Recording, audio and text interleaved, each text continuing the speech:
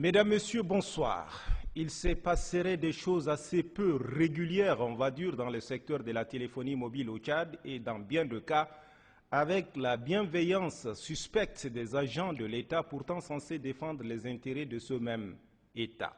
Le secteur est nouveau, il est insaisissable et à la lecture des différents textes, il saute à l'œil que le pays ne s'est pas donné les moyens, tous les moyens de comprendre le système. Après quelques années de navigation à vue, le Tchad s'est doté d'un organe de régulation, l'OTRT, mais dès le départ déjà, le ver était dans le fruit.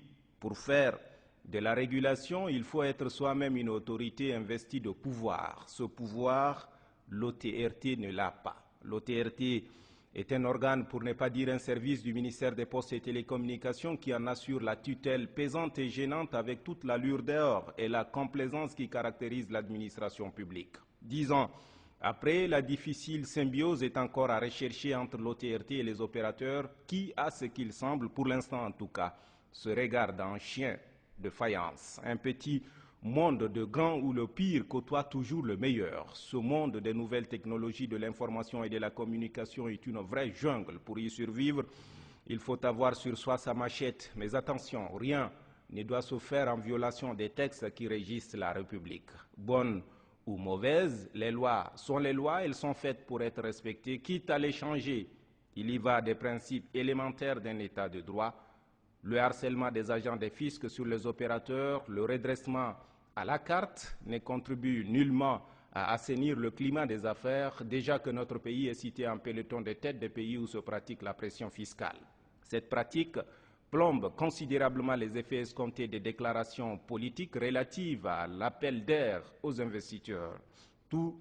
Trop d'impôts, on le sait, tue l'impôt. Et pourtant, rien qu'en veillant au respect du peu de dispositions existantes, il est possible de rétablir le droit dans ces droits.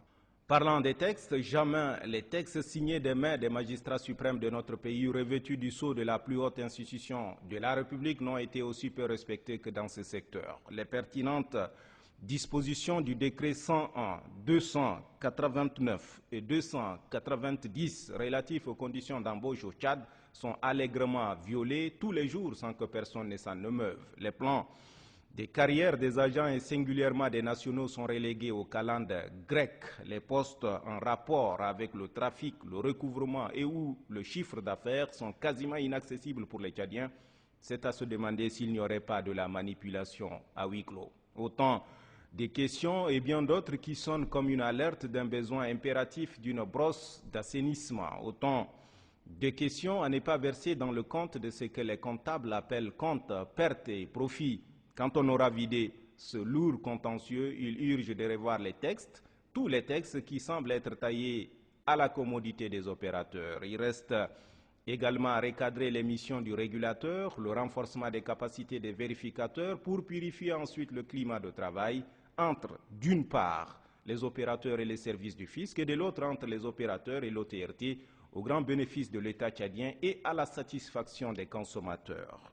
De guerre lasse, le train de cette saga entre en gare avec des questions ouvertes, des suppliques à mon avis légitimes, mais le journaliste, vous le savez, n'est ni juge ni policier. Vivement lundi prochain.